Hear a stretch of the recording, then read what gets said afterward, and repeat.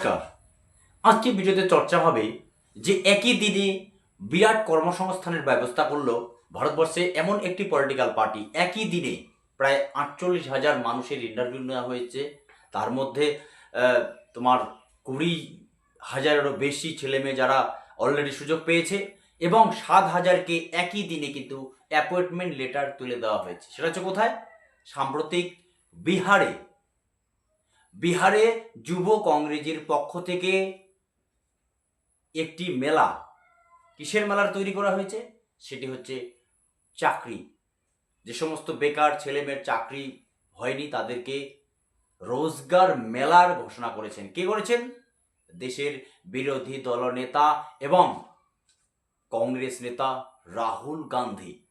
তার নির্দেশে যখন গোটা দেশে হু হু করে বেকারত্বের সংখ্যা বাড়ছে, প্রায় 45 বছরের রেকর্ড ভেঙেছে, শিক্ষিত ছেলেমেয়েরা কর্মসংস্থান পাচ্ছে না, তখন এই বেকারত্ব ইস্যুকে সামনে রেখে কংগ্রেস নেতা রাহুল গান্ধী তিনি বারবার সড়ক থেকে শুরু করে পার্লামেন্ট থেকে শুরু করে সড়কে, এবং যখন তিনি ভারত জোড়ো যাত্রা করেছিলেন 2024 সালের লোকসভা ভোটের ঠিক মাস তিনেক আগে, তখনও কিন্তু তিনি হাজার হাজার শিক্ষিত ছেলেমেয়ের সঙ্গে কিন্তু তিনি সাক্ষাৎ করেছিলেন এবং ভারতবর্ষে যত বিশ্ববিদ্যালয়ে তিনি ভাষণ দিয়েছিলেন, দেশে এবং দেশের বাইরে, এনি টাইম দেশের বিরোধী দলনেতা মিস্টার গান্ধী বারবার বেকারত্বের উপরে কিন্তু ফোকাস করেন এবং বেকারত্বের উপরে কিন্তু তিনি চর্চা করেন।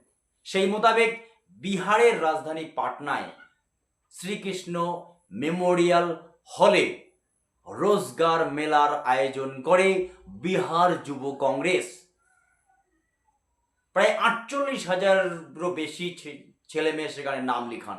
তবে হ্যাঁ, সেখানে সেই 48,000-এর মধ্যে ইন্টারভিউ হয়েছে আজকে 20,000-এর। তার মধ্যে 7,000-কে আজকে সরাসরি অলরেডি তাদের চাকরির নিয়োগপত্র দেওয়া হয়ে যায়। এই নিয়ে গোটা ভারতবর্ষের মিডিয়া, গদি মিডিয়া জগতে চর্চা না হলেও আমরা এই নিয়ে চর্চা করছি দর্শক। তার কারণ আমরা এদেশে থাকছি, এদেশের যুব সমাজ এবং এদেশের হয়েই কথা বলছি। শিক্ষিত যুব সমাজ তারা কোথায় যাবে যখন কেন্দ্রে নরেন্দ্র দামোদর দাস ভাই মোদী সরকার ঢাক ঢোল পিটিয়ে হু হু করে প্রকাশ করছে যে মোদী হ্যায় তো মুমকিন হ্যায়, তখন বেরোজগারির সংখ্যা আফটার ইন্ডিপেন্ডেন্স, স্বাধীনতার 50 বছরের রেকর্ড যখন ভাঙছে, তখন উল্টো দিকে হাঁটছে মিস্টার বিরোধী দলের নেতা মিস্টার রাহুল গান্ধী। এখানে কি কি কোম্পানি অংশগ্রহণ করেছে সেই নিয়ে ভিডিও চর্চা করছি। এখানে প্রায় 190-টিরও বেশি দামি কোম্পানি সেখানে সেই রোজগার মেলায় অংশগ্রহণ করেছে।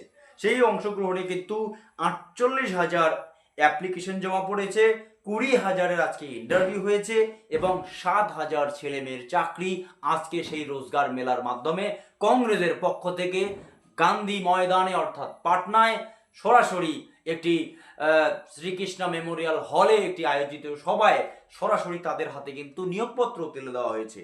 কোম্পানির মধ্যে Tata Airlines, Flipkart, Paytm, Mahindra, Balaji, Taj এর এবং কি বিভিন্ন নামি দামি কোম্পানি মিলে প্রায় 190খানেরও বেশি কোম্পানি সেখানে হাজির হয়েছে।